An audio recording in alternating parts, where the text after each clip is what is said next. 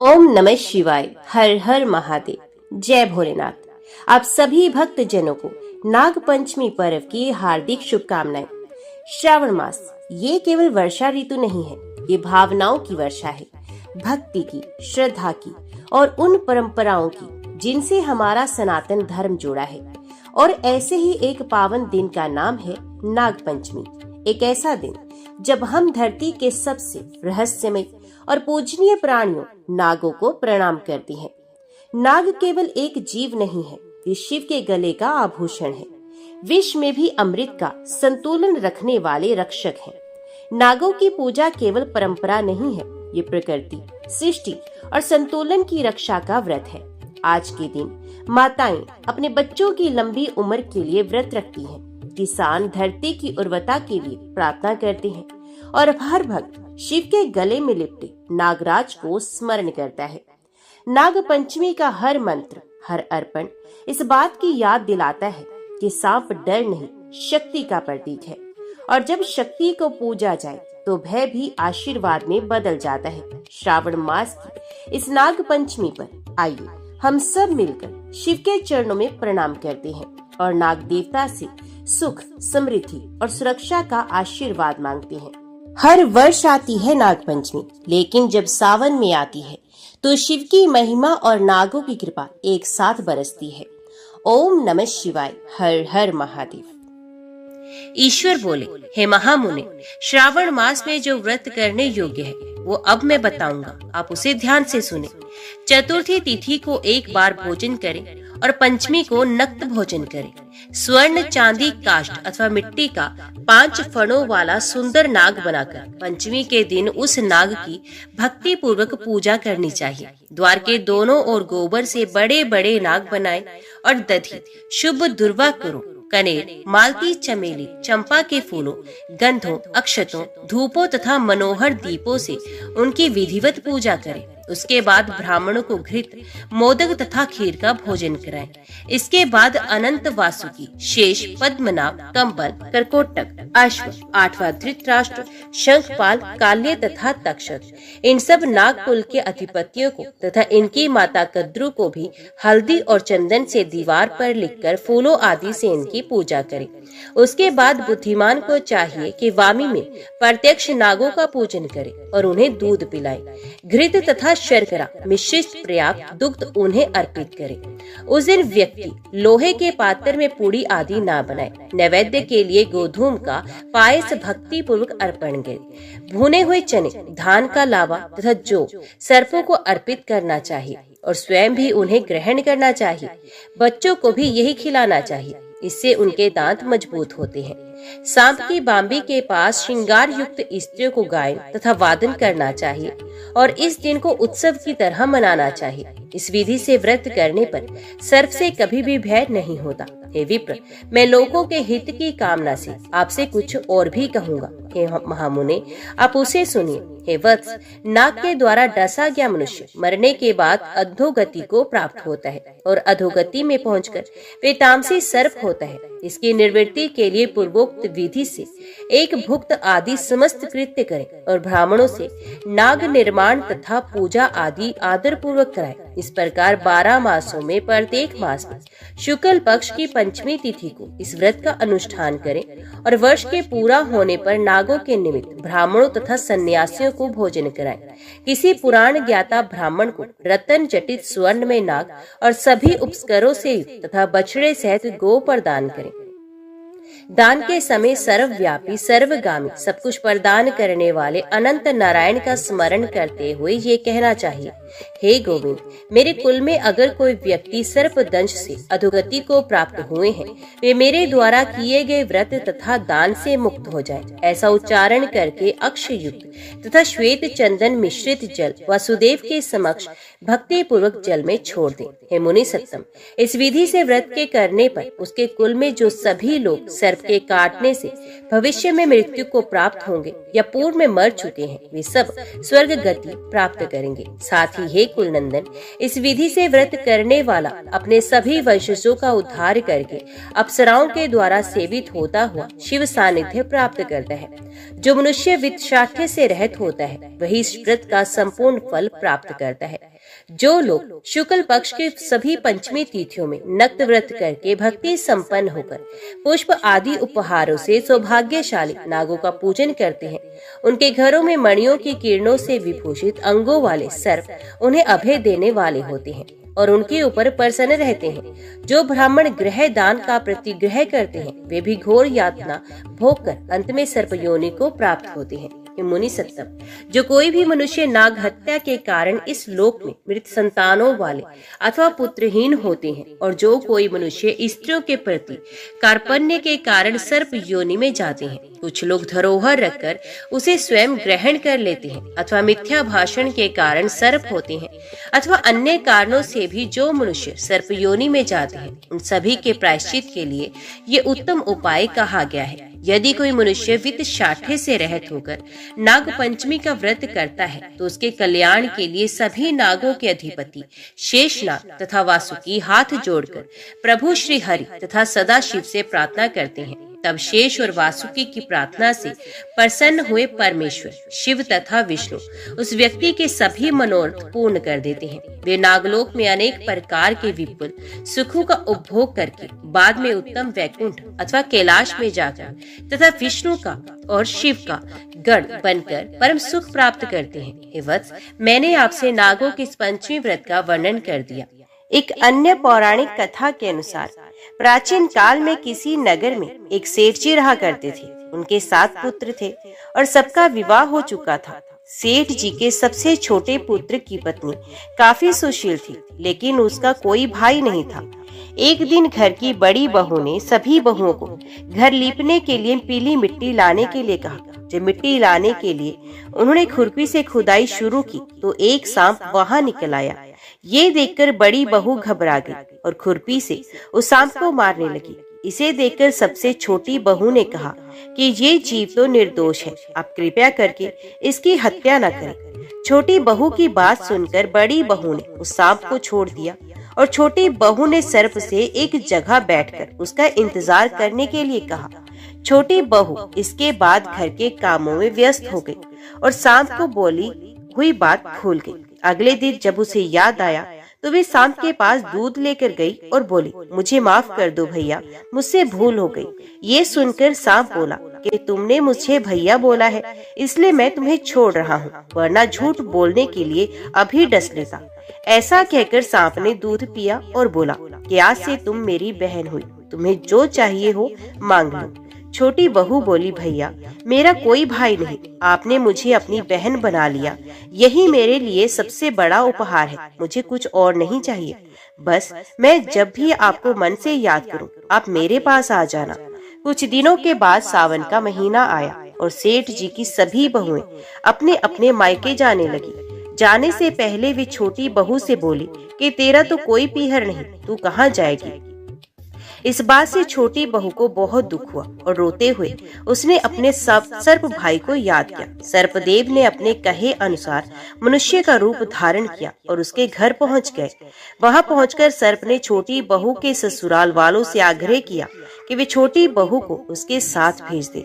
इस पर सेठ जी बोले, लेकिन इसका तो कोई भी भाई नहीं, तुम कहाँ से आए हो। इस पर सर्पदेव ने कहा कि मैं इसका दूर का भाई हूँ और इसे घर ले जाने के लिए ही आया हूँ। ये सुनकर घर वालों ने छोटी बहू को सर्पदेव के साथ भेज दिया। रास्ते में सर्पदेव ने छोटी बहू को बताया कि वे उसे नागलोक ले जा रहा है, अगर उसे डर लगे तो वे उसकी पूंछ पकड़ ले। इस तरह वे दोनों नागलोक पहुंच गए। नागलोक में धन ऐश्वर्य और रत्नों को देखकर छोटी बहू चकित रह गई। वहां सर्पदेव ने उसका परिचय अपनी माँ से करवाया और कहा, माँ, इसने मेरी जान बचाई थी और मैंने इसे अपनी छोटी बहन माना है। ये हमारे साथ यहाँ कुछ दिनों तक रहेगी। ये जानकर सर्पदेव की माँ ने छोटी बहू का स्वागत सत्कार किया और छोटी बहू वहां आराम पूर्वक रहने लगी। नागलोक में शेषनाग के छोटे छोटे बच्चे भी रहते थे। जिन्हें सर्प की माँ रोज दूध पिलाया करती थी। वे पहले दूध को ठंडा करती, फिर घंटी बजाकर उन नन्हे नन्हे सांपों को दूध पीने के लिए बुलाती थी। एक दिन छोटी बहू ने माँ से कहा कि वो उन छोटे सांपों को दूध पिला देगी। उसने एक पात्र में दूध डाला और जल्दबाजी में दूध के ठंडा होने से पहले ही घंटी बजा दी। घंटी की आवाज सुनते ही छोटे सांप दूध पीने आ गए और गर्म दूध पीने से उनके फन जल गए। इस पर वे क्रोधित हो गए और बोले, हम इसे डसेंगे। ये सुनकर छोटी बहू ने उनसे माफी मांगी और सर्पदेव की माँ ने उन्हें ऐसा करने से मना कर दिया। इसके पश्चात जब छोटी बहू का वहां रहने का समय पूरा हो गया तो सर्पदेव और उसकी माँ ने उसे बहुत सारा धन दौलत, रत्न और आभूषण देकर विदा कर दिया। जब इतना सारा धन लेकर वे अपने ससुराल पहुंची तो उसकी जेठानियों को जलन होने लगी। बड़ी बहू ने उससे कहा कि तुम्हारे भाई ने इतना कुछ तो दे दिया, साथ में सोने का झाड़ू भी दे देता। ये सुनकर सर्पदेव वहां मनुष्य के रूप में आए और अपनी बहन को सोने की झाड़ू भी दे दी। साथ में उसने अपनी बहन को मणि और हीरो से सुसज्जित एक बेहद खूबसूरत हार भी उपहार में दिया। वे हार इतना अनोखा और खूबसूरत था कि उसकी चर्चा पूरे गांव में होने लगी। धीरे धीरे ये बात राजा के महल में रानी तक पहुंच गई। रानी ने राजा से उस हार को मंगवाने के लिए कहा। राजा ने अपने सिपाही भेजकर वे हार मंगवा लिया। सेठ जी भी राजा के आदेश के सामने कुछ न बोल पाए, पर इसे छोटी बहू को बहुत दुख हुआ। दुखी मन से उसने अपने भाई सर्पदेव को याद किया और उन्होंने वहां आकर यह आश्वासन दिया कि राजा स्वयं उसे वे हार लौटाएंगे। वहीं दूसरी ओर जैसे ही रानी ने वे हार पहना, वे सांप में बदल गया। रानी ने डरकर उसे उतारकर फेंक दिया। ये देखकर राजा ने छोटी बहू और सेठ जी को दरबार में बुलाया और पूछा कि तुमने इस हार पर क्या काला जादू किया है। छोटी बहू बोली, राजन, ये एक विशेष प्रकार का हार है और ये मुझे मेरे भाई सर्पदेव ने दिया है। इतनी देर में सर्पदेव वहां खुद प्रकट हो गए और बोले कि मैंने इसे अपनी बहन माना है और ये हार मैंने इसे उपहार के रूप में दिया है। ये देखकर सभी लोगों ने नाग देवता को प्रणाम किया।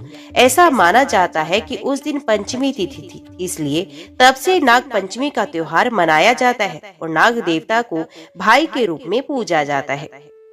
अभी हम श्रवण करते हैं मन की सारी कामनाओं को पूर्ण करने वाली अति शुभ, अति पौराणिक भगवान भोलेनाथ की कथा। ओम नमः शिवाय।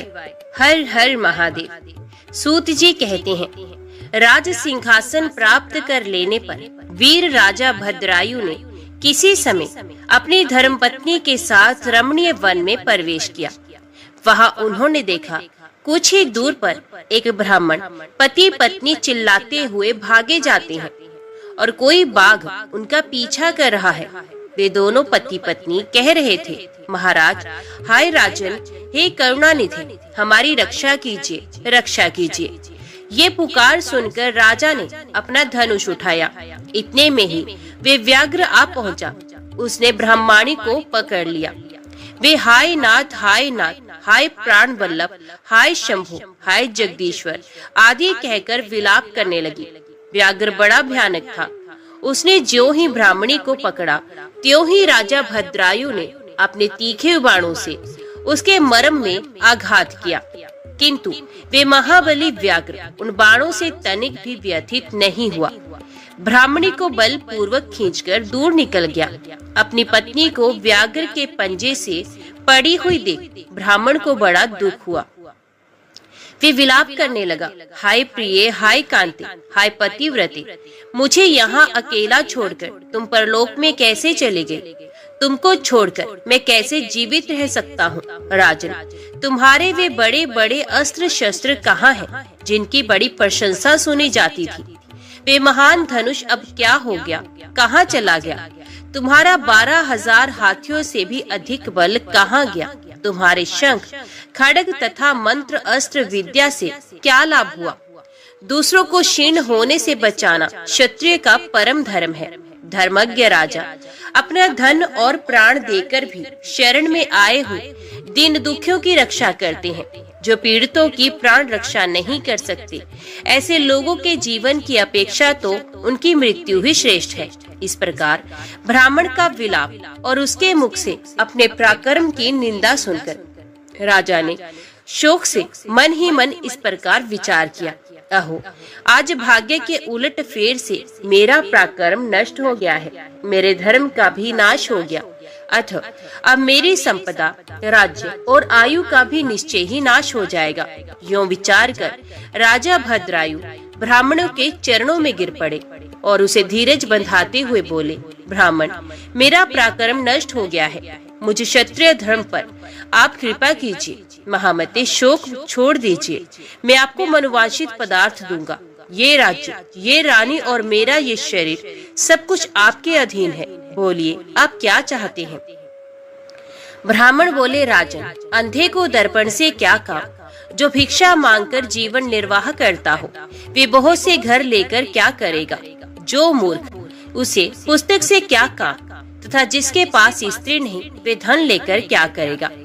मेरी पत्नी चलेगी, मैंने कभी काम सुख का उपभोग नहीं किया, अतः काम भोग के लिए आप अपनी इस बड़ी रानी को मुझे दे दीजिए। राजा ने कहा, ब्राह्मण, क्या यही तुम्हारा धर्म है? क्या तुम्हें गुरु ने यही उपदेश दिया है? क्या तुम नहीं जानते कि पराई स्त्री का स्पर्श स्वर्ग एवं सुयश की हानि करने वाला है? पर स्त्री के उपभोग से जो पाप कमाया जाता है उसे सैकड़ों प्रायश्चितों द्वारा भी धोया नहीं जा सकता। ब्राह्मण बोले, राजन, मैं अपनी तपस्या से भयंकर ब्रह्म हत्या और मदिरा पान जैसे पाप का भी नाश कर डालूंगा। फिर पर स्त्री संगम किस गिनती में है? अतः आप अपनी इस भार्या को मुझे अवश्य दे दीजिए, अन्यथा आप निश्चय ही नरक में पड़ेंगे। ब्राह्मण की इस बात पर राजा ने मन ही मन विचार किया कि ब्राह्मण के प्राणों की रक्षा न करने से महापाप होगा, अतः इससे बचने के लिए पत्नी को दे डालना ही श्रेष्ठ है। इस श्रेष्ठ ब्राह्मण को अपनी पत्नी देकर मैं पाप से मुक्त हो शीघ्र ही अग्नि में प्रवेश कर जाऊंगा। मन ही मन ऐसा निश्चय करके राजा ने आग जलाई और ब्राह्मण को बुलाकर उसके प्रति अपनी पत्नी को दे दिया। तत्पश्चात स्नान करके पवित्र हो देवताओं को प्रणाम करके उन्होंने अग्नि में 2 बार परिक्रमा की और एकाग्रचित होकर भगवान शिव का ध्यान किया। इस प्रकार राजा को अग्नि में गिरने के लिए उद्यत जगतपति भगवान विश्वनाथ सहसा वहां प्रकट हो गए। उनके 5 मुख थे, मस्तक पर चंद्रकला आभूषण का काम दे रही थी, कुछ पीले रंग की जटा लटकी हुई थी। ये कोटि सूर्य के समान तेजस्वी थे। हाथों में त्रिशूल, खटवांग, कुठार, ढाल, मृग, अभय, वरद और पिनाक धारण किए बैल की पीठ पर बैठे हुए भगवान नीलकंठ को राजा ने अपने आगे प्रत्यक्ष देखा। उनके दर्शन जनित आनंद से युक्त हो राजा भद्रायु ने हाथ जोड़कर स्तवन किया। राजा बोले, जिनका दूसरा कोई स्वामी नहीं है, जो अविकारी प्रधान गुणों से युक्त और महान है तथा स्वयं कांड रहित होकर कारणों के भी कारण है, उन सच्चिदानंद में प्रशांत स्वरूप देव परम शिव को मैं नमस्कार करता हूँ। अब संपूर्ण विश्व के साक्षी, इस जगत के कृता, महान, तेजोमय तथा सबके हृदय में अंतर्यामी रूप से स्थित हैं। इसलिए विद्वान पुरुष सदा आपकी खोज करते हैं और योगी जन अपनी चित्त वृत्तियों को रोककर अनेक प्रकार के योग साधनों द्वारा आपकी आराधना करते हैं। जो लोग एकात्मा का की भावना करते हैं उनके लिए आप एक हैं, और जिनकी बुद्धि में नाना तव की प्रतीति होती है उनके लिए आप ही अनेक रूपों में व्यक्त होते हैं। आपका पद, आपका स्वरूप इंद्रियों से परे, सबका साक्षी, आविर्भाव और तिरोभाव की लीला से युक्त तथा मन की पहुंच से दूर है। आप मन और वाणी के लिए दुर्लभ हैं। आप में मोह का सर्वथा अभाव है। आप परमात्मा रूप है। मेरी वाणी केवल सत्वादी गुणों में स्थित और प्रकृति में विलीन होने वाली है। अतः वे आपके दिव्य विग्रह की स्तुति करने में कैसे समर्थ हो सकती है? तथापि शरणागतों का दुख दूर करने वाले आपके चरण कमलों का जो लोग भक्ति पूर्वक आश्रय लेते हैं वे आपको प्राप्त होते हैं।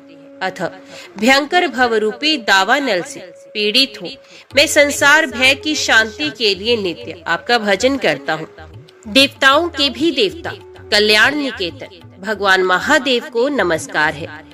सृष्टि पालन और संहार करने वाले त्रिमूर्ति रूप आपको नमस्कार है। विश्व के आदि रूप और संसार के प्रथम साक्षी आपको नमस्कार है। सत्ता मात्र आपका रूप है, आपको नमस्कार है। आप संपूर्ण क्षेत्रों में निवास करने वाले हैं। आपकी आत्म शक्ति सब क्षेत्रों से भिन्न है। आप ही अशक्त हैं, आप ही अतिशय शक्तिमान के रूप में आभासित होते हैं। आप भूमा परमेश्वर को नमस्कार है। आप नित्य, निराभाव, सत्य, ज्ञानमय, विशुद्ध अंतरात्मा है। सबसे दूर और समस्त कर्मों से मुक्त हैं। आपको प्रणाम है। आप वेदांत द्वारा जानने योग्य तथा वेद के मूल भाग में निवास करने वाले हैं। आपको प्रणाम है। आपकी चेष्टाएं विवेक युक्त एवं पवित्र होती हैं। आप त्रिगुणमय वृत्तियों से सर्वथा दूर हैं। आपको नमस्कार है। आपका पराक्रम कल्याणमय है। आप कल्याण में फल देने वाले हैं। आपको नमस्कार है। आप अनंत, महान, शांत एवं शिव रूप हैं। आपको नमस्कार है। आप अघोर, सौम्य, अत्यंत घोर और घोर पाप राशि का विदारण करने वाले हैं। संसार बंधन के बीजों को भून डालने वाले सर्वश्रेष्ठ गुरु भगवान भर्ग को नमस्कार है। मोह रहित एवं निर्मल आत्म गुणों वाले आपको नमस्कार है। जगदीश्वर, सनातन देव शंकर, विरूपाक्ष रुद्र, अविनाशी मृत्युंजय, मेरी रक्षा कीजिए। हे कल्याण में चंद्रशेखर, शांत मूर्ति गौरीपते, सूर्य चंद्र एवं अग्नि में नेत्रों वाले गंगाधर, अंधकासुर का नाश करने वाले पुण्य कीर्ति भूतनाथ और कैलाश पर्वत पर निवास करने वाले महादेव, आपको बारंबार नमस्कार है। राजा की इस प्रकार स्तुति करने पर माता पार्वती के साथ प्रसन्न हुए कर्णा निधान महेश्वर ने कहा, राजन, तुमने किसी अन्य का चिंतन ना करके जो सदा सर्वदा मेरा पूजन किया है, तुम्हारी इस भक्ति के कारण और तुम्हारे द्वारा की हुई इस पवित्र स्तुति को सुनकर मैं बहुत प्रसन्न हुआ हूँ। तुम्हारे भक्ति भाव की परीक्षा के लिए मैं स्वयं ब्राह्मण बनकर आया था। जिस व्याघ्र ने ग्रस लिया था वे ब्राह्मणी और कोई नहीं, वे गिरिराज नंदिनी उमा देवी ही थी। तुम्हारे बाण मारने से भी जिसके शरीर को चोट नहीं पहुंची, वे व्याघ्र माया निर्मित था। तुम्हारे धैर्य को देखने के लिए ही मैंने तुम्हारी पत्नी को मांगा था। इस कीर्ति मालिनी की और तुम्हारी भक्ति से मैं संतुष्ट हूँ। तुम कोई दुर्लभ वर मांगो, मैं उसे दूंगा। राजा बोले, देव, आप साक्षात परमेश्वर हैं। आपने सांसारिक ताप से घिरे हुए मुझ अधम को जो प्रत्यक्ष दर्शन दिया है, यही मेरे लिए महान वर है। देव, आप वरदाताओं में श्रेष्ठ हैं। आपसे मैं दूसरा कोई वर नहीं चाहता। मेरी यही इच्छा है कि मैं, मेरी रानी, मेरे माता पिता, पद्माकार वैश्य और उसके पुत्र सुने, इन सबको आप अपना पार्श्ववर्ती सेवक बना लीजिए। तत्पश्चात रानी कीर्ति मालिनी ने प्रणाम करके अपनी भक्ति से भगवान शंकर को प्रसन्न किया और ये उत्तम वर मांगा, महादेव, मेरे पिता चंद्रांगन और माता सीमंतनी, इन दोनों को भी आपके समीप निवास प्राप्त हो। भक्त वत्सल भगवान गौरीपति ने प्रसन्न होकर एवं वस्तु कहा और उन दोनों पति पत्नी को इच्छा अनुसार वर देकर वे क्षण भर में अंतर ध्यान हो गए। इधर राजा ने भगवान शंकर का प्रसाद प्राप्त करके रानी कीर्ति मालिनी के साथ प्रिय विषयों का उपभोग किया और 10,000 वर्षों तक राज्य करने के पश्चात अपने पुत्रों को राज्य देकर उन्हें शिवजी के परम पद को प्राप्त किया। राजा और रानी दोनों ही भक्ति पूर्वक महादेव जी की पूजा करके शिव के धाम को प्राप्त हुए। ये परम पवित्र पाप नाशक एवं अत्यंत गोपनीय भगवान शिव का विचित्र गुण अनुवाद जो विद्वानों को सुनाता है अथवा स्वयं भी शुद्ध चित्त होकर पढ़ता है, वे श्लोक में भोग ऐश्वर्य को प्राप्त कर अंत में भगवान शिव को प्राप्त होता है। सूत जी कहते हैं, वामदेव नाम से प्रसिद्ध एक महातपस्वी शिव योगी हुए हैं, जो सुख दुख आदि द्वंद्वों से रहित निर्गुण, शांत, असंग, समदर्शी, आत्माराम, क्रोध को जीतने वाले तथा ग्रह और गृहिणी से हीन थे। सबके ऊपर दया करने में संलग्न रहने वाले वे महात्मा एक दिन स्वे इच्छा अनुसार घूमते फिरते बड़े भयंकर क्रोंचारण्य में जा पहुँचे। उस निर्जन वन में कोई भूख प्यास से व्याकुल अत्यंत भयानक ब्रह्म राक्षस रहता था। वामदेव जी को देखकर उन्हें खा जाने के लिए वे राक्षस बड़े वेग से उनकी ओर दौड़ा। उसे आते देख योगीश्वर वामदेव तनिक भी विचलित नहीं हुए। उस घोर ब्रह्म राक्षस ने वेग से दौड़कर उन्हें पकड़ लिया, पर वामदेव के अंगों का स्पर्श होते ही उसकी सारी पाप राशि तत्काल ही नष्ट हो गई और उसे अपने पूर्व जन्म का स्मरण हो आया। जैसे चिंतामणि स्पर्श मणि का स्पर्श करके लोहा भी स्वर्ण हो जाता है, जैसे जम्बू नदी में पड़ी हुई मिट्टी भी सोना हो जाती है, जैसे मानस सरोवर में आकर कोई भी हंस हो जाते हैं, और जिस प्रकार एक बार भी अमृत पी लेने पर मनुष्य अजर अमर देवता हो जाता है, उसी प्रकार महात्मा पुरुष अपने दर्शन तथा स्पर्श आदि से पापियों को भी तत्काल पवित्र कर देते हैं। अतः सत्संग दुर्लभ है। जो राक्षस पहले भूख प्यास से विकल हो घोर रूप धारण करके वन में भटकता फिरता था, वही साधु के संपर्क से पूर्ण आनंद में हो गया। उसने योगी के युगल चरणार विंदों में प्रणाम करके कहा, महायोगी मुझ पर प्रसन्न होइए, करुणा निधे प्रसन्न होइए। कहाँ सब प्राणियों को भय देने वाला मुझे जैसा पाप आत्मा और कहाँ आप जैसे दयालु महात्मा का दर्शन।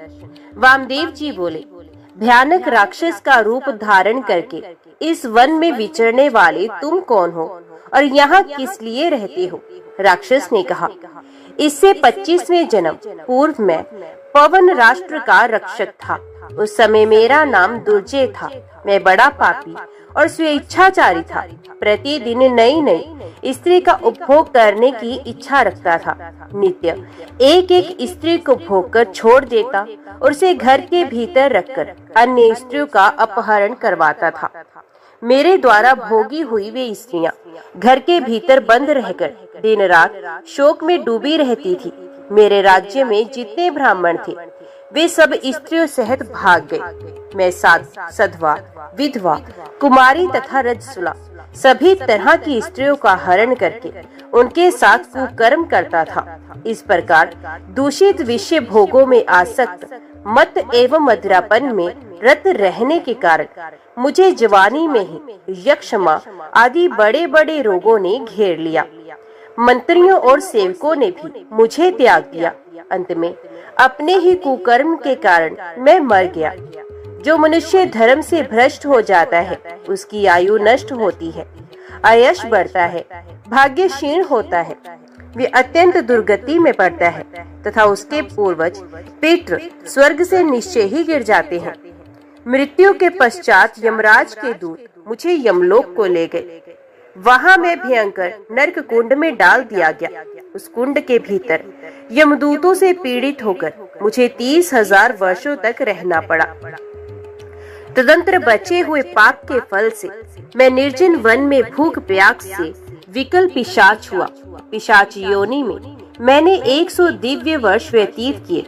फिर दूसरे जन्म में व्याघ्र, तीसरे में अजगर, चौथे में भेड़िया, 5वें में सुअर, 6ठे में गिरगट, 7वें में कुत्ता, 8वें में सियार, 9वें में नील गाय, 10वें में मृग, 11वें जन्म में वानर, 12वें में गिद्ध, 13वें में नेवला, 14वें में कोआ, 15वें में रीछ, 16वें में वन मुर्गा, 17वें में गधा, 18वें में बिलाव, 19वें में मेढक, 20वें में कछुआ, 21वें में मछली, 22वें चूहा, 23वें में उल्लू, 24वें में जंगली हाथी और 25वें जन्म में मैं ब्रह्म राक्षस हुआ। इस समय आपके शरीर के स्पर्श मात्र से मेरी पूर्व जन्मों की स्मृति जाग उठी है। आपके संग से मेरे मन में वैराग्य एवं प्रसन्नता हुई है। महामते, ऐसा प्रभाव आपको कैसे प्राप्त हुआ? वामदेव जी बोले, ये मेरे शरीर में लगे हुए भस्म का महान प्रभाव है। भगवान शंकर के सिवा दूसरा कौन है जो भस्म की शक्ति को जानता है? महादेव जी का जैसा महात्म्य है वैसा ही भस्म का भी है। भस्म के संसर्ग से तुम्हारी बुद्धि भी निर्मल हो गई है, अतः तुम भी श्रद्धा से पवित्र त्रिपुंड धारण करो। महातपस्वी शिव योगी वामदेव ने इस प्रकार भस्म का महात्म्य बतलाकर भस्म को अभिमंत्रित करके उसे घोर ब्रह्म राक्षस को दे दिया। उसे ब्रह्म राक्षस ने अपने ललाट में त्रिपुंड धारण किया और उसके प्रभाव से तत्काल ब्रह्म राक्षस शरीर का त्याग करके दिव्य शरीर से सुशोभित होने लगा। उसने भक्ति पूर्वक गुरु वामदेव की परिक्रमा की और दिव्य विमान पर बैठकर उन्हें लोक को प्रस्थान किया। महायोगी वामदेव साक्षात शिवजी की ही भांति पुण्य संसार में भ्रमण करने लगे। श्रद्धा ही संपूर्ण धर्मों के लिए अत्यंत हितकर है। श्रद्धा से ही मनुष्यों को दोनों लोकों में सिद्धि प्राप्त होती है। श्रद्धा से भजन करने वाले पुरुष को पत्थर की मूर्ति भी फल देने वाली होती है। श्रद्धा भक्ति से पूजा करने पर अज्ञानी गुरु भी सिद्धिदायक हो जाता है। श्रद्धा से जप किया हुआ मंत्र अव्यवस्थित होने पर भी फलदाता होता है। श्रद्धा से पूजा करने पर देवता नीच पुरुष को भी फल देने वाले होते हैं। अश्रद्धा से की हुई पूजा, दान, यज्ञ, तप और व्रत सभी निष्फल होते हैं। जैसे बांज वृक्ष का फूल व्यर्थ होता है, तो सर्वत्र संशय युक्त श्रद्धाहीन और अत्यंत चपल होता है, वे परमार्थ से भ्रष्ट होकर संसार बंधन से मुक्त नहीं हो पाता। मंत्र, तीर्थ, ब्राह्मण, देवता, ज्योतिषी, औषधि तथा गुरु में जिसकी जैसी भावना होती है, उसे वैसी सिद्धि प्राप्त होती है। इस विषय में एक अत्यंत अद्भुत उपाख्यान बताया जाता है, जिसके श्रवण से सब मनुष्यों की अश्रद्धा तत्काल दूर हो जाती है। पूर्व काल में पांचाल देश के राजा के सिंह केतु नाम से विख्यात एक पुत्र था, जो समस्त उत्तम गुणों से युक्त और सदा क्षत्रिय धर्म में तत्पर रहने वाला था। एक दिन महाबली सिंह केतु कुछ सेवकों को साथ लेकर शिकार खेलने के लिए वन में गया। राजकुमार का कोई सेवक, जो भील कुल में उत्पन्न हुआ था, शिकार की खोज में इधर उधर घूम रहा था। उसने एक टूटा फूटा गिरा पड़ा पुराना देवालय देखा। उसमें चबूतरे पर एक शिवलिंग पड़ा था, जो पीठ से टूटकर अलग हो गया था। ये शिवलिंग सीधा और सूक्ष्म था। शबर ने उसे मूर्तिमान सौभाग्य की भांति देखा। पूर्व कर्म से प्रेरित होकर उसने उस शिवलिंग को शीघ्रता पूर्वक उठा लिया और बुद्धिमान राजपुत्र को दिखाया। प्रभु, देखिए, ये कैसा सुंदर शिवलिंग है। मैंने इसे यहीं देखा है। मैं आदर पूर्वक इसकी पूजा करूंगा। आप मुझे पूजा की विधि बता दें, जिससे मंत्र ना जानने वाले मुझ जैसे पुरुषों के द्वारा भी की हुई पूजा से भगवान शिव प्रसन्न हो जाए।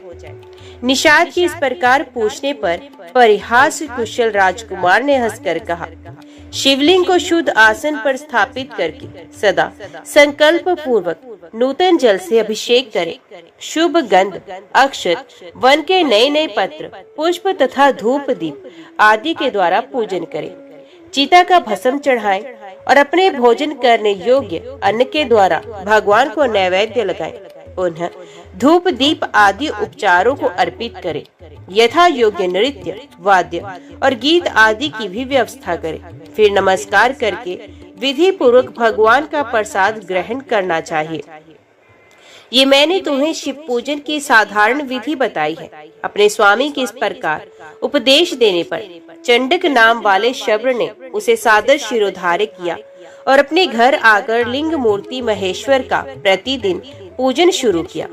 वे प्रतिदिन चीता भस्म का उपहार भेंट करता था। अपने लिए जो जो वस्तु प्रिय थी, वे सब गंध, पुष्प, अक्षत आदि पहले भगवान शिव को निवेदन करता। उसके बाद वे भगवत प्रसाद को स्वयं ग्रहण करता था।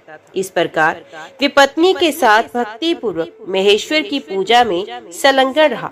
इस आराधना में उसके कई वर्ष बीत गए। एक दिन वे शब्द जब शिव पूजा के लिए बैठा, तब देखता है कि पात्र में चीता का भस्म तनिक भी शेष नहीं। तब वे तुरंत उठकर दूर दूर तक चीता भस्म ढूंढता हुआ घूम आया, किंतु कहीं भी उसे चीता भस्म नहीं मिला। अंत में वे थककर घर लौट आया और अपनी पत्नी को बुलाकर उसने कहा, प्रिय, चीता भस्म तो मुझे नहीं मिला, बताओ अब क्या करूं? आज मुझ पापी के शिव पूजन में विघ्न पड़ गया। पूजा के बिना मैं क्षण भर भी जीवित नहीं रह सकता। पति को इस प्रकार व्याकुल देख शबर की स्त्री ने कहा, नाथ डरिए मत, मैं उपाय बताती हूँ। ये अपना घर बहुत दिनों का पुराना हो गया है। मैं इसमें आग लगाकर उस अग्नि में प्रवेश कर जाऊंगी। इससे आपके लिए बहुत सा चिता भस्म तैयार हो जाएगा। शबर बोला, प्रिय, ये मानव शरीर ही धर्म, अर्थ, काम एवं मोक्ष का सबसे श्रेष्ठ साधन है। इस नव यौवन संपन्न सुखोचित शरीर को क्यों त्याग रही हो? शबर की स्त्री ने कहा, जीवन की सफलता इसी में है कि दूसरों के हित के लिए अपने प्राणों का त्याग किया जाए। फिर साक्षात शिव के लिए जो स्वयं प्राण त्याग करे, उसके लिए तो कहना ही क्या है। मैंने कौन सी घोर तपस्या की है जिससे भगवान शिव की प्रीति के लिए प्रज्वलित अग्नि में अपने शरीर का त्याग करती हूँ। अपनी पत्नी की इस प्रकार स्थिर बुद्धि और शिव भक्ति देखकर दृढ़ संकल्प वाले शबर ने तथास्तु कहकर उसकी सराहना की। शबरी ने स्वामी की आज्ञा पाकर स्नान से पवित्र हो अलंकार धारण किया और अपने घर में आग लगाकर अग्नि देव की भक्ति पूर्वक परिक्रमा करके अपने पति देव गुरु को नमस्कार और हृदय में भगवान सदाशिव का ध्यान करके अग्नि में प्रवेश करने के लिए उद्यत हो हाथ जोड़कर इस प्रकार स्तवन किया, हे देव, मेरी इंद्रियां आपकी पूजा के लिए पुष्प हो, ये शरीर धूप एवं अगुरु हो, हृदय दीपक हो, प्राण भविष्य का काम दे और कर्म इंद्रियां आपके लिए अक्षत होवे। इस समय ये जीव आपकी पूजा के फल को प्राप्त हो। मैं धन अधिपति कुबेर के पद को नहीं चाहती, अविचल स्वर्ग भूमि की भी इच्छा नहीं रखती तथा ब्रह्मा जी के पद की भी अभिलाषा नहीं करती। बस यही चाहती हूँ कि यदि फिर इस संसार में मेरा जन्म हो तो मैं प्रत्येक जन्म में आपके चरणार बिंदों के सुंदर मकरंद का पान करने वाली भ्रमरी हूँ। मेरे देवता भले ही मेरे सैकड़ों जन्म हो, परंतु अज्ञान के हेतुभूत माया मेरे चित्त में प्रवेश ना करे, किंतु आधे क्षण के लिए ही मेरा हृदय आपके चरण कमलों से अलग ना हो। महेश्वर, आपको नमस्कार है, आपको नमस्कार है। इस प्रकार देवेश्वर भगवान शिव को प्रसन्न करके दृढ़ निश्चय वाली शबरी प्रज्वलित अग्नि में प्रवेश कर गई और क्षण भर में ही जलकर भस्म हो गई। फिर शब्र ने उस भस्म को लेकर जले हुए घर के समीप ही भगवान शिव का पूजन किया। पूजन के अंत में उसने प्रसाद लेने को नित्य आने वाली अपने प्रियतमा का स्मरण किया। स्मरण करते ही वे पहले की भांति हाथ जोड़कर सामने खड़ी दिखाई दी। पत्नी को देखकर तथा जलकर भस्म हुए घर को भी पूर्ववत स्थित पाकर शब्र आश्चर्यचकित हो सोचने लगा, अहो, अग्नि तो अपने तेज से वस्तु को जलाती है, सूर्य केवल किरणों से तपाते हैं, राजा अपने दंड के द्वारा अपराधी को दग्ध करता है और ब्राह्मण मन से जला डालता है। मेरी पत्नी तो प्रत्यक्ष अग्नि में जल गई थी, ये जीवित कैसे हो गई? पता नहीं ये स्वप्न है अथवा भ्रम में डालने वाली माया। इस प्रकार विचार करते हुए शब्र ने अपनी स्त्री से पूछा, प्रिय, तुम तो अग्नि में भस्म हो गई थी, यहाँ कैसे आ गई? और ये जला हुआ घर फिर पहले के ही समान खड़ा कैसे हो गया? शबरी ने कहा, जब मैं घर में आग लगाकर उसके भीतर प्रविष्ट हुई तब से अपने आप की मुझे कोई सुध नहीं। ना तो मैंने आग देखी और ना लेश मात्र भी ताप का अनुभव किया। जान पड़ता था मानो मैं जल में घुसी हुई हूँ। मैं आधे क्षण तक गाढ़ निद्रा में सोई सी जा रही थी और अब क्षण भर में जाग उठी हूँ। उठते ही मैंने देखा अपना घर जला हुआ नहीं है, पूर्वत सुस्थिर है। इस समय भगवान की पूजा के अंत में प्रसाद लेने के लिए आपके पास आई हूँ। इस प्रकार वे दोनों दंपत्ति प्रेम पूर्वक आपस में वार्तालाप कर रहे थे। इतने में ही उनके आगे परम अद्भुत दिव्य विमान प्रकट हुआ। उस पर भगवान शंकर के 4 सेवक आगे की ओर बैठे थे। उन्होंने दोनों निषाद दंपत्ति का हाथ पकड़कर उन्हें विमान पर बिठा लिया। शबर और शबरी को अपने शरीर का त्याग भी नहीं करना पड़ा। शिवदूतों के हाथों का स्पर्श प्राप्त होते ही निषाद दंपत्ति के वे ही शरीर तत्काल उन्हीं के समान दिव्य हो गए।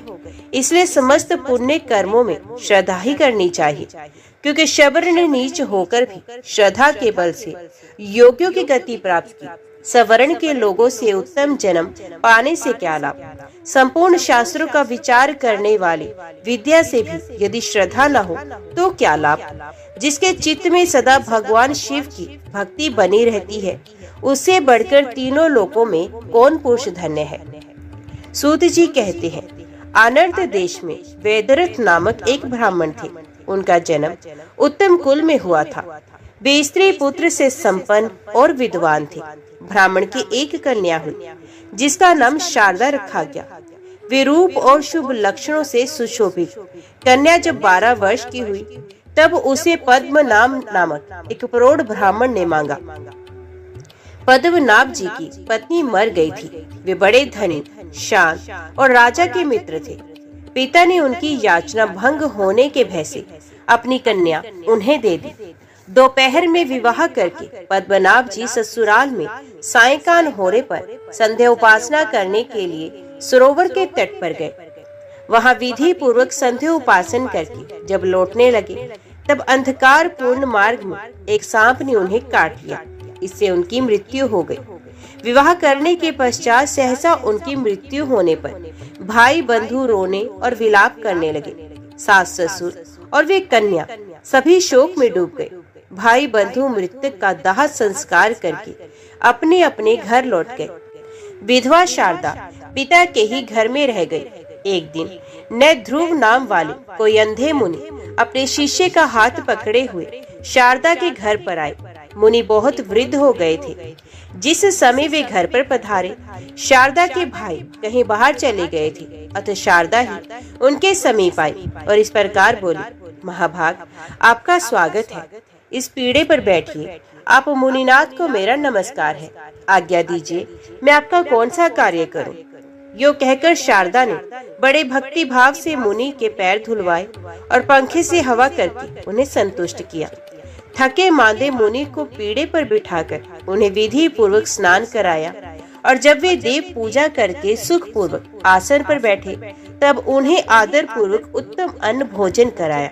भोजन करके तृप्त हो जब वे मुनि आनंद से परिपूर्ण हुए तब अंध मुनि ने उस कन्या के लिए उत्तम आशीर्वाद दिया।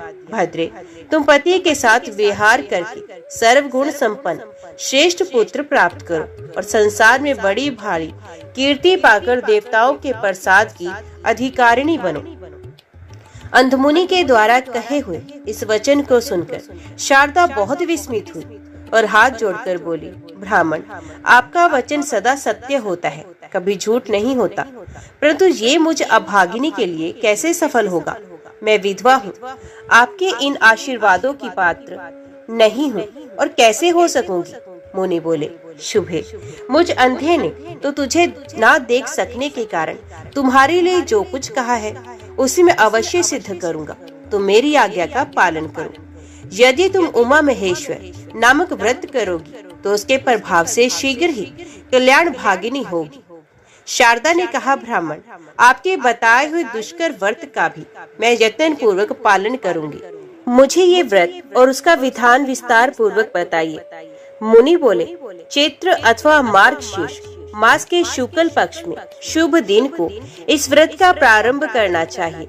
अष्टमी, चतुर्दशी, अमावस्या अथवा पूर्णिमा को विधि पूर्वक संकल्प करके प्रातः काल स्नान करके देवताओं और पितरों का तर्पण करके अपने घर आकर एक सुंदर मंडप बनाए जो चंदोवे आदि से अलंकृत हो। उसे फल, फूल, पल्लव और बंधन वारों से सजाए। बीच में 5 प्रकार के रंगों से कमल का चिन्ह अंकित करे।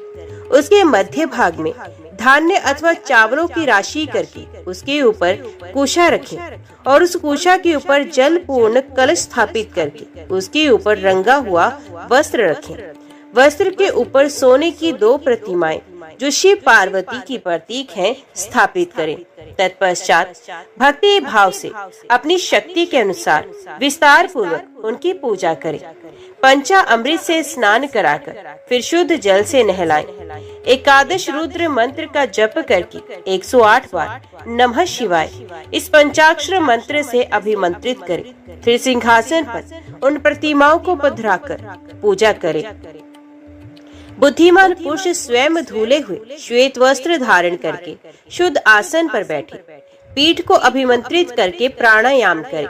भगवान शिव के आगे हाथ जोड़कर यो संकल्प पढ़ें, मेरे सैकड़ों जन्मों में जो भयंकर पाप संचित हुए हैं उन सबका विनाश करने के लिए मैं शिव की पूजा प्रारंभ करता हूँ। सौभाग्य, विजय, आरोग्य, धर्म और ऐश्वर्य की वृद्धि तथा स्वर्ग एवं मोक्ष की सिद्धि के लिए मैं शिव जी की पूजा करूंगा। इस प्रकार संकल्प बोलकर मनुष्य एकाग्रता पूर्वक यथा योग्य अंग न्यास करके शिव और पार्वती का ध्यान करे। अपने हृदय कमल की कर्णिका में जगत के माता पिता शिव पार्वती का ध्यान करके तत्व संबंधी मंत्रों का जप करे। जप के पश्चात बाहरी पूजन प्रारंभ करे। दोनों स्वर्ण प्रतिमाओं में शिव पार्वती का आवाहन करके उनके लिए आसन आदि दे। फिर मंत्र से मंत्रज्ञ पुरुष उन्हें अर्घ दे। तीनों लोकों को वर देने वाले देवताओं में सबसे श्रेष्ठ पार्वती नाथ आपको नमस्कार है। त्र्यंबकेश्वर महादेव आपको नमस्कार है। ये अर्घ ग्रहण कीजिए। शरणागतों का भय दूर करने वाले देव देवेश्वरी जगदम्बिका वरदायिनी देवी शिव प्रिय आप ये अर्घ स्वीकार कीजिए। इस प्रकार 3 बार कहकर मनुष्य एकाग्रचित हो उन्हें अर्घ दे। फिर विधि पूर्वक गंध पुष्प अक्षत धूप और दीप आदि उपचारों को चढ़ाए। खीर के साथ घी में तैयार किया हुआ नैवेद्य अर्पण करे। तत्पश्चात मूल मंत्र द्वारा 108 बार हविष्य की आहुति दे। फिर नैवेद्य हटाकर धूप आरती करके तांबूल अर्पण करे और मन को एकाग्र करके नमस्कार करे। इस प्रकार उपचार से पूजा करके ब्राह्मण दंपत्ति को भोजन कराएं। इसी प्रकार सायंकाल की पूजा करके ब्राह्मण की अनुमति ले रात में मौन भाव से दूध में तैयार किया हुआ हविष्य भोजन करे। इस प्रकार विद्वान पुरुष 1 वर्ष तक दोनों पक्षों में इस व्रत का पालन करता रहे। वर्ष पूरा होने पर व्रत का उद्यापन करे। शतरुद्र का पाठ करते हुए दोनों प्रतिमाओं को जल से स्नान कराएं। आगमोत्र मंत्र से शिव पार्वती की भली भांति पूजा करें। अंत में वस्त्र स्वर्ण और प्रतिमा सहित कलश सदाचारी आचार्य को देकर ब्राह्मण को भोजन कराएं। उनका भी यथाशक्ति स्वागत सत्कार करके उन्हें गो स्वर्ण और वस्त्र आदि की दक्षिणा दें। तत्पश्चात ब्राह्मणों की आज्ञा लेकर अपने इष्ट मित्रों और बंधु बांधवों के साथ स्वयं भी भोजन करें। इस प्रकार जो भक्ति पूर्वक इस त्रिभुवन प्रसिद्ध व्रत का पालन करता है वे अपनी 21 पीढ़ियों का उद्धार करके मनोवांछित भोगों का उपभोग करता है। इंद्र आदि लोकपालों के दिव्य लोकों में रमण करता है और अंत में भगवान शिव को ही प्राप्त होता है। शुभे मेरे बताए हुए इस महाव्रत का तुम भी श्रद्धा पूर्वक अनुष्ठान करो। इससे अत्यंत दुर्लभ मनोरथ को भी प्राप्त कर लोगे। मुनीश्वर नैध्रुव के इस प्रकार आदेश देने पर शारदा ने विश्वास पूर्वक उनके वचनों को ग्रहण किया। तत्पश्चात उसके पिता माता और भाई बाहर से घर में आए। उन्होंने देखा मुनि भोजन करके सुख पूर्वक बैठे हुए हैं। सबने सहसा आकर उन महात्मा के चरणों में प्रणाम किया और स्वयं भी उनका पूजन किया। साध्वी शारदा ने उस श्रेष्ठ मुनि का पूजन किया है और मुनि ने उसे अनुग्रह पूर्वक व्रत का उपदेश दिया है। ये सब सुनकर उसके भाई बंधुओं को बड़ा हर्ष हुआ। वे सब हाथ जोड़कर बोले, मुने, आज आपके आगमन मात्र से हम सब लोग धन्य हो गए। हमारा समस्त कुल पवित्र हो गया और ये घर भी सार्थक हो गया। आप हमारे घर के पास ही निवास करें और ये घर का मठ है। ये स्नान पूजा के लिए बहुत उपयोगी है, अतः इसी में रहिए। इस प्रकार प्रार्थना करने पर उन मुनि श्रेष्ठ ने बहुत अच्छा कहकर ब्राह्मण के उत्तम मठ में निवास किया। इस प्रकार मुनि के समीप नियम में मन लगाकर उस महाव्रत का पालन करती हुई शारदा का 1 वर्ष पूरा हो गया। वर्ष व्यतीत होने पर उसने पिता के घर में ही ब्राह्मण भोजन पूर्वक भली भांति व्रत का उद्यापन किया। उन ब्राह्मण को यथा योग्य दक्षिणा देकर प्रणाम पूर्वक विदा किया। माता पिता ने उसके इस कार्य की बड़ी प्रशंसा की। शारदा उस दिन भी उपवास करके नियम पालन पूर्वक महात्मा नैध्रुव के बताए हुए उत्तम मंत्र का जप करती रही।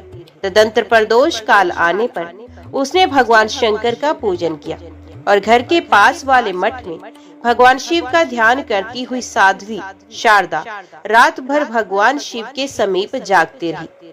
शारदा की भक्ति और मुनि की तपस्या एवं समाधि से संतुष्ट होकर जगत माता पार्वती उनके सामने प्रकट हुई।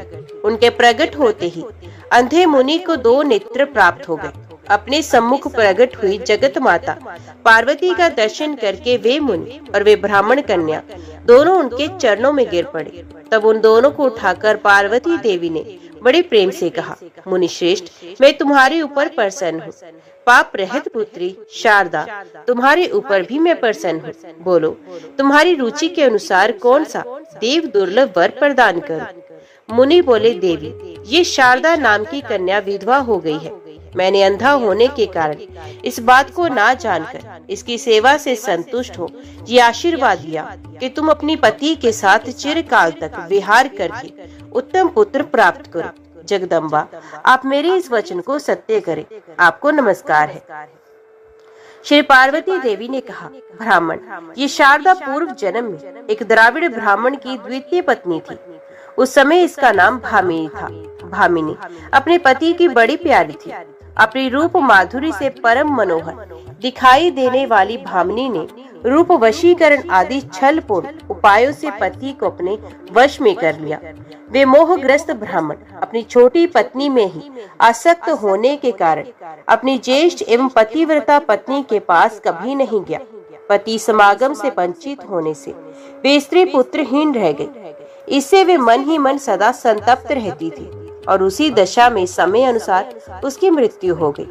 भामिनी के घर के पास एक तरुण ब्राह्मण रहता था। वे इस सुंदरी को देखकर मोहित हो गया था। एक दिन उसने काम से आतुर होकर इसका हाथ पकड़ लिया। उस समय इसने क्रोध से लाल आंखें करके उसे दूर भगा दिया। वे दिन रात इसी का चिंतन करते करते मृत्यु को प्राप्त हुआ। इसने स्वामी को मोहित करके जो उन्हें ज्येष्ठ पत्नी से विमुख किया था, उसी पाप से इस जन्म में विधवा हुई। जो स्त्रियां संसार में पति पत्नी में वियोग कराती हैं, उन्हें 21 जन्मों तक बाल्यावस्था में विधवा होना पड़ता है। और वे काम मोहित ब्राह्मण जो पराई स्त्री के विरह से पीड़ित होकर मृत्यु को प्राप्त हुआ था, उसने भी पाप ही किया था। अतः इस जन्म में वे इसका पानी ग्रहण मात्र करके मृत्यु को प्राप्त हुआ। पूर्व जन्म में जो इसका पति था, वे इस समय पांडे देश में एक श्रेष्ठ ब्राह्मण के रूप में उत्पन्न हुआ है। उसके पास धन संपत्ति, स्त्री तथा सुख भोग की सामग्री सब कुछ है। ये शारदा अपने उसी पति के साथ प्रत्येक रात्रि में स्वप्न अवस्था में समागम करके जागरण काल की अपेक्षा भी श्रेष्ठ रति सुख का अनुभव करे। स्वप्न अवस्था में पति समागम से ये कुछ ही समय में वेद वेदांगों के प्रांगण विद्वान पुत्र प्राप्त कर लेगी। ये ब्राह्मण देवता भी स्वप्न में अपने साथ चिर समागम से इसके गर्भ से उत्पन्न हुए पुत्र को सदैव देखा करेंगे। महामुने, पूर्व जन्म में इसने मेरी आराधना की है और इसी को वर देने के लिए मैं प्रकट हुई हूँ। तदंतर महादेवी पार्वती ने शारदा से आदर पूर्वक कहा, बेटी, तुम मेरी उत्तम बात सुनो। जब कभी भी किसी देश में अपने स्वप्न में देखे हुए पूर्व पति को देखना, तब समझ लेना कि यही मेरे पुरातन पति हैं। वे ब्राह्मण भी तुम्हें देखकर पहचान लेंगे। उस समय तुम दोनों में वार्तालाप होगा। ऐसा अवसर आने पर तुम अपने विद्वान पुत्र को उन्हीं ब्राह्मण की सेवा में समर्पित कर देना। उमा महेश्वर व्रत का जो श्रेष्ठ फल है, उसके अर्धभाग को इस प्रकार उन्हीं के हाथों में सौंप देना और तब से उन्हीं के अधीन होकर रहना। तुम दोनों को स्वप्न मिलन के सिवा कभी शारीरिक संग नहीं करना चाहिए। समय आने पर वे श्रेष्ठ ब्राह्मण जब मृत्यु को प्राप्त होंगे, तब उन्हीं के साथ चिता की अग्नि में प्रवेश करके तुम मेरे धाम को प्राप्त होगी। ऐसा कहकर जगन माता पार्वती अंतर्ध्यान हो गई। वे कन्या करुणामयी पार्वती का वरदान पाकर बहुत प्रसन्न हुई। रात्रि व्यतीत होने पर नूतन नेत्र प्राप्त हुए। धर्मज्ञ मुनि ने उसके माता पिता से एकांत में सब बात बताई। तत्पश्चात वे चले गए। इस प्रकार कुछ दिन बीतने पर शारदा ने स्वप्न में पति का समागम प्राप्त किया। पार्वती देवी के वरदान से उसके गर्भ रह गया। उस विधवा को गर्भवती हुई सुनकर सब लोग व्यभिचारिणी कहकर उसे धिक्कार देने लगे। उसके मरे हुए पति के जाति भाइयों ने जब ये असहनीय बात सुनी, तब वे सब लोग शारदा के पिता के घर आए। गांव के बड़े बूढ़े पंडित भी आए। सबने कुल के वृद्ध पुरुषों के साथ बैठकर गोष्ठी की। लज्जा से नतमुख हुई गर्भवती शारदा को बुलाकर कुछ लोग बड़े क्रोध में भरकर उसे डांटने लगे। कुछ लोगों ने उसकी ओर से मुंह फेर लिया। कुछ निर्दयी वृद्धों ने अपना निर्णय इस प्रकार व्यक्त किया, ये पाप बुद्धि वाली कन्या दोनों कुलों का नाश करने वाली है। इसके केश मुंडवाकर नाक और कान काट दिए जाए और इसे कुल और जाति से बहिष्कृत करके गांव से बाहर निकाल दिया जाए। ये सुनकर सब लोग ऐसा ही करने को तैयार हो गए। इसी समय सबको आकाशवाणी सुनाई पड़ी। इस कन्या ने ना तो कोई पाप किया है, ना कुल में कलंक लगाया है, ना इसके पातिव्रत्य का भंग हुआ है। ये सदाचार परायणा स्त्री है। इसके बाद जो लोग इसे उल्टा या व्यभिचारिणी कहेंगे, उन पाप मोहित मनुष्यों की जीवा तत्काल विदीर्ण हो जाएगी। इस प्रकार आकाशवाणी सुनकर उसके माता पिता आदि सब लोगों को बड़ा हर्ष हुआ। कुछ अविश्वासी मनुष्य बोल उठे, ये आकाशवाणी झूठी है। इतना कहते ही उनकी जीवा दो टुक हो गई। फिर तो सब जाति भाई भाई बंधु, स्त्री और बड़े बूढ़े साधु साधु कहकर शारदा की प्रशंसा करने लगे। कुल की स्त्रियां प्रसन्न हो गई। दूसरे लोग कहने लगे, देवता झूठ नहीं बोलते, परंतु ये समझ में नहीं आता कि इसने कैसे गर्भ धारण किया। इस प्रकार संशय में पड़े हुए लोगों को देखकर लोक तत्व को जानने वाले एक वृद्ध पुरुष ने कहा, ये जो कुछ देखने और सुनने में आता है वे संपूर्ण विश्व माया में है। इस क्षणभंगुर संसार में अकथनीय और असंभव बातें भी माया से होती रहती हैं। माया ईश्वर के अधीन है, अतः ईश्वर की लीला का रहस्य कौन जानता है। सत्यवती मछली के पेट से पैदा हुई, महिषासुर भैंस के गर्भ से उत्पन्न हुआ, वसुदेव जी से रोहिणी के गर्भ से पुत्र का जन्म हुआ, मुनि के शाप से सांप के पेट से मूसल पैदा हुआ, मुनियों के मंत्र बल से राजा युवनाश्व के भी गर्भ रह गया। इसी प्रकार ये कल्याण में सती शारदा भी अपने महान व्रत के प्रभाव से गर्भवती हुई है। ये बात निश्चय पूर्वक कही जा सकती है। इस विषय में स्त्रियां ही इसे एकांत में ले जाकर सच्ची बात पूछे। इस निश्चय के अनुसार स्त्रियों ने उसे एकांत में ले जाकर इस विषय में पूछताछ की। शारदा ने उन स्त्रियों से अपना अत्यंत अद्भुत वृत्तांत पूर्ण रूप से कह सुनाया। यथार्थ बात का पता लगने पर सब लोग उस सती का आदर करके प्रसन्नचित हो अपने अपने घर को चले गए। तदंतर शुभ समय आने पर शुद्ध अंतकरण वाली शारदा ने बाल सूर्य के समान तेजस्वी बालक को जन्म दिया। वे कुमार बाल्यावस्था में ही बहुत अधिक विद्या प्राप्त करके परम बुद्धिमान हो गया। तत्पश्चात गुरु ने समय पर उसका उपनयन संस्कार किया। वे लोक मनोहर बालक लोक में शारदेय नाम से विख्यात हुआ। उसने 8वें वर्ष की आयु में ऋग्वेद, 9वें वर्ष में यजुर्वेद और 10वें वर्ष में सामवेद को लीला पूर्वक पढ़ डाला। तदंतर त्रिलोक पूजित शीर पर प्राप्त होने पर सब देश के निवासी मनुष्य गोकर्ण तीर्थ में जाने लगे। सती शारदा भी अपने पुत्र के साथ गोकर्ण तीर्थ में गई। वहां उसने अपने पूर्व जन्म के पति को, जिनका स्वप्न में सदा ही दर्शन किया था, आया हुआ देखा। वे ब्राह्मण बंधुओं से घिरे हुए थे। उन्हें देखकर शारदा प्रेम मगन हो गई और उन्हीं की ओर दृष्टि लगाए खड़ी रही। ब्राह्मण भी रूप और लक्षणों से पहचानी हुई तथा स्वप्न में सदा भोगी जाने वाली उस स्त्री को और स्वप्न में ही अपने से उत्पन्न हुए उस कुमार को भी देखकर आश्चर्यचकित हो उसके समीप आए और इस प्रकार बोले, कल्याणी, तुम कौन हो? किसकी स्त्री हो? किसकी पुत्री हो? कौन सा तुम्हारा देश है? उनके द्वारा इस प्रकार पूछे जाने पर उस स्त्री ने बाल्यावस्था में अपने विधवा होने का सब वृतांत कहा। तब ब्राह्मण ने पुनः प्रश्न किया, देवी, ये किसका पुत्र है? चंद्रमा के समान सुंदर इस बालक को तुमने कैसे गर्भ में धारण किया? शारदा बोली, स्वामी, ये सब विद्याओं में विशारद मेरा ही पुत्र है। मेरे ही नाम पर इसको लोग शारदेय कहते हैं। उसकी ये बात सुनकर श्रेष्ठ ब्राह्मण हंसकर बोले, देवी, तुम्हारा पति तो पानी ग्रहण मात्र करके मर गया, फिर इस पुत्र का जन्म कैसे हुआ? इसका कारण बताओ। शारदा बोली, महामती, परिहास से कोई लाभ नहीं। आप मुझे जानती हैं और मैं आपको जानती हूँ। इस विषय में हम दोनों के मन में प्रमाण है। ऐसा कहकर उसने देवी के दिए हुए वरदान आदि की बातें बताई और अपने व्रत के आधे भाग व्रतधारी कुमार शारदे को उन्हें सौंप दिया। वे ब्राह्मण देवता बहुत प्रसन्न हुए। उन्होंने कुमार को हृदय से लगा लिया और शारदा के माता पिता की आज्ञा लेकर शारदा तथा उस ब्राह्मण को अपने घर बुला ले गए। ब्राह्मण के घर में शारदा ने कई मास व्यतीत किया। जब उसकी मृत्यु हो गई तब उन्हीं के साथ चिता की अग्नि में प्रवेश करके उसने उनका अनुसरण किया। फिर भी दोनों दिव्य दंपत्ति होकर दिव्य विमान पर बैठे और भगवान शिव के लोक में चले गए। इस प्रकार मैंने ये पवित्र उपाख्यान सुनाया जो पढ़ने और सुनने वाले को भोग और मोक्ष प्रदान करता है। प्रतिदिन भगत स्वंदी उत्तम कथा के श्रवण से मनुष्य परम गति को प्राप्त होता है। पुण्य क्षेत्र में निवास करने से चित्त शुद्ध होता है।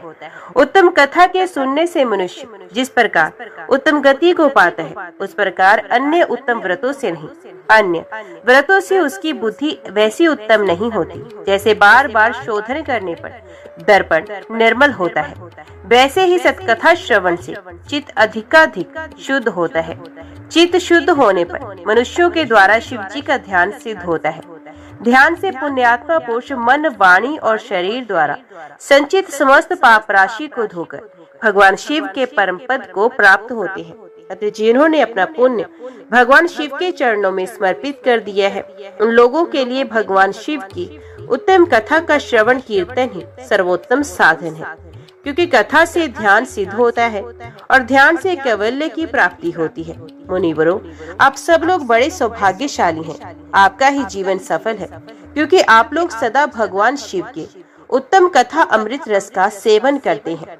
इस जीव जगत में वस्तुत उन्हीं का जन्म सफल है जिनका मन सदा भगवान विश्वनाथ का ध्यान करता है। वाणी उनके गुण गाती है और दोनों कान उन्हीं की कथा सुनते हैं। ऐसे ही लोग इस संसार सागर को पार करते हैं। नाना प्रकार के गुण विभेद जिनके स्वरूप का कभी स्पर्श नहीं करते, जो अपनी महिमा से जगत के बाहर और भीतर समान रूप से व्याप्त हैं, जो अपने ही प्रकाश में विहार करती हैं और जो मन वाणी की वृत्तियों से बहुत दूर है, मैं उन भगवान परम शिव की शरण लेता हूँ। ओम नमः शिवाय। हर हर महादेव।